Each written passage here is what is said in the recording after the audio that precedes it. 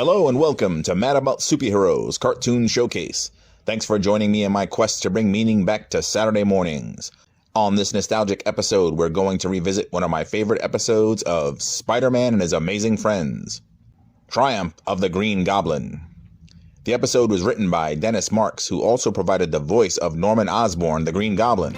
Marks also wrote many episodes of the Incredible Hulk cartoon series, which eventually aired as a double feature with Spider-Man and His Amazing Friends on Saturday mornings. Produced by Marvel Productions, Spider-Man and His Amazing Friends aired in 1981 and was considered to be a crossover series connected to the 1981 solo Spider-Man series. The show stars already established Marvel Comics characters Spider-Man and Iceman, and introduces an original character, Firestar. The trio become known as the Spider Friends. The series was an attempt to replicate the success of the long-running Super Friends cartoon series by Hanna-Barbera. Marvel Comics maintain a high level of creative control over the series, with Stan Lee, co-creator of both Spider-Man and Iceman, heavily involved in the production, including providing his voice talents to occasional episodes as narrator. Peter Parker, Spider-Man, Bobby Drake, Iceman, and Angelica Jones, Firestar, are college students at Empire State University by day, but by night they are a crime-fighting trio. Together, the superheroes battle various supervillains, including but not limited to Doctor Doom, Loki, the Red Skull, and the Green Goblin. Back in 1981, when Spider-Man and His Amazing Friends debuted on television, I was about 6 years old and had seen some reruns of the 60s Spider-Man cartoon series, Here comes the Spider-Man, as well as the 70s live-action series, but was probably introduced to Spider-Man by my older brother, who collected Marvel Comics. Much like the Super Friends cartoon series, which would lead me to my obsession with DC superheroes, the Spider-Man and His Amazing Friends cartoon series was definitely a gateway into my obsession with Marvel superheroes. Spider-Man and His Amazing Friends never had an ongoing monthly comic series, but a single issue of Spider-Man and His Amazing Friends was produced by Marvel to promote the cartoon series, which was an adaptation of the Triumph of the Green Goblin episode from the cartoon series. An issue I wanted so badly, I traded my Marvel Super Special number 21, the Marvel Comics official adaptation of Conan the Barbarian.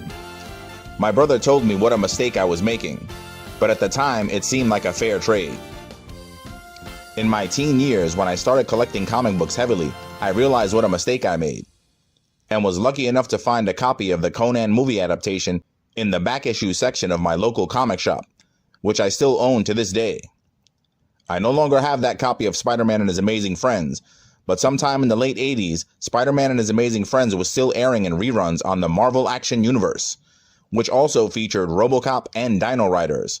Around this time, Marvel put out a reprint of the Spider-Man and His Amazing Friends comic, retitled Marvel Action Universe, and I picked up an issue, which also remains in my collection to this day. Unfortunately, at the time, Spider-Man and His Amazing Friends never had a line of toys based on the cartoon series. The synonymous trend of toys and cartoons didn't come into play until about a year later, after the Spider-Friends debut in the episode The Triumph of the Green Goblin. The Amazing Spider-Man and his crime-fighting partner, former X-Man Iceman, stop a gang of jewel thieves. Thanks, Freezeface.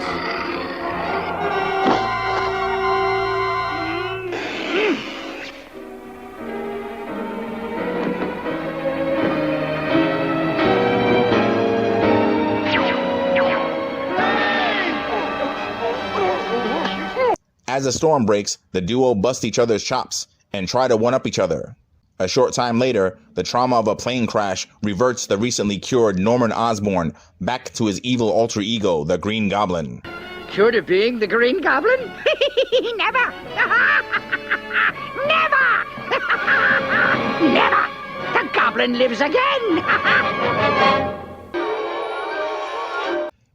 Meanwhile, at the home of May Parker, Peter, Angelica, Bobby, and Norman's niece, Mona Osborn, prepare for a costume party at Empire State University. Why are you going to the comic book costume party as that awful Spider-Woman? Private joke between your nephew Peter and me, Aunt May. Mona wears a Medusa of the Inhumans costume. Bobby's dressed up as Captain America, his favorite superhero, And Peter's wearing a Spider-Man costume? What a narcissist. Peter's ego is stroked even farther when he realizes how many party guests are dressed up as Spider-Man. It's not too long before old Webhead crosses paths with his arch nemesis. Spidey is caught off guard and is captured by the Green Goblin, who is in search of his secret formula, the very concoction that turned him into the Green Goblin. He plans to use the formula to turn everyone into goblins. Angelica searches for Peter, and suspecting something is wrong, she makes a spectacular transformation into her superhero alter ego, Firestar. Though the Goblin sets up a deadly trap for the Spider-Friends, Firestar and Spidey bypass the trap and alert Iceman to the presence of their dreaded enemy, who's made his way off with his niece. Boy, that student really rigged up the wires. Wires? We're outside. Hey, that was... The real Green Goblin! Yeah! And he just took Mona. Yeah! Say, I better change to Iceman and help you guys get her back.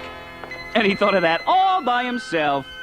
The Goblin plans to test the formula on Mona, but it's Spider-Man to the rescue.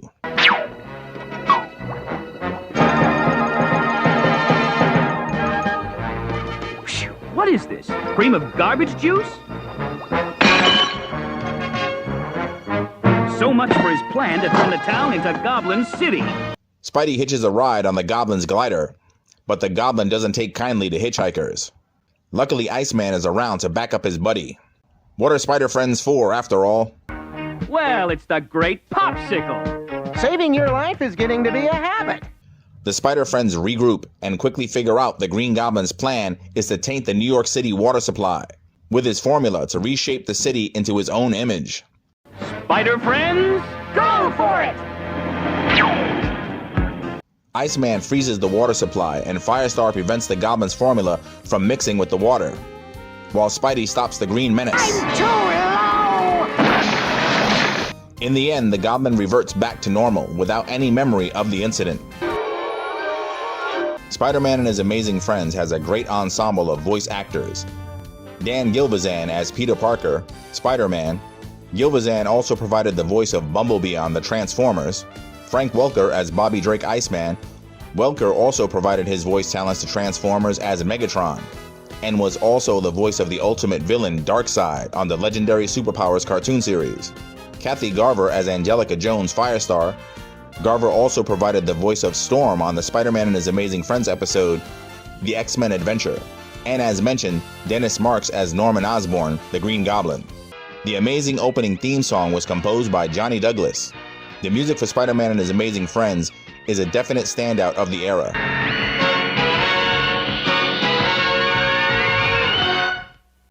Though the Spider-Man Marvel comics featured many memorable Green Goblin appearances, unfortunately during its entire 24-episode run, Spider-Man and His Amazing Friends only featured one episode with the Green Goblin. However, in the adjacent Spider-Man cartoon series, the Green Goblin also made an appearance in Revenge of the Green Goblin. And the two episodes have a few suspicious similarities, such as Norman Osborn reverting into the Green Goblin due to the trauma of a crashed vehicle,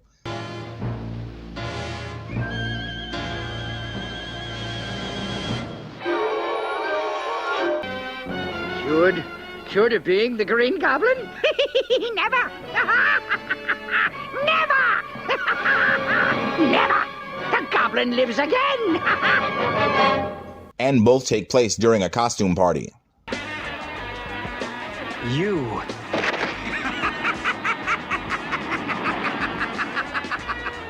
It's the Green Goblin. Look out! The Green Goblin! Look out! The original idea for Spider-Man and His Amazing Friends was to feature Spider-Man, Iceman, and the Human Torch, which is understandable because Spider-Man and the Human Torch formed a bond and friendship in the early Marvel comic books. And the Fantastic Four were the first superheroes that Spider-Man crossed over with. But rights issues prevented the use of the Human Torch, and the Firestar character was created. And in my opinion, the series was all the better for it. I've been a fan of her character ever since. I was glad when Marvel gave Firestar a comic book limited series and introduced her into the X-Men comics, as she's portrayed as a former X-Men in the Spider-Man and His Amazing Friends cartoon series. I am particularly a fan of Firestar's inclusion in the team of teen superheroes, the New Warriors, during the 90s, as well as her inclusion in the late 90s version of the Avengers. The Triumph of the Green Goblin was in fact the first episode of Spider-Man and His Amazing Friends, and is a personal favorite. I was firmly planted in front of my television when it debuted back in 1981. The debut episode perfectly establishes the camaraderie of the heroic trio through their playful banter, which in my opinion is the heart of the series. Just at the last moment, Spider-Man crashed through the door and saved me.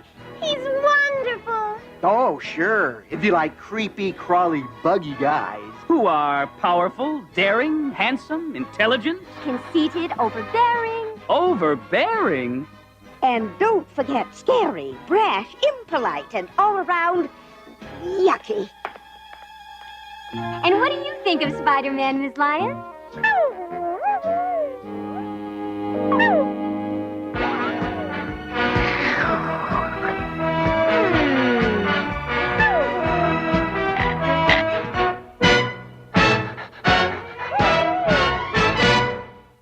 I hope you've enjoyed this cartoon showcase on Triumph of the Green Goblin. Thanks for letting your geek flags fly with Mad About Superheroes.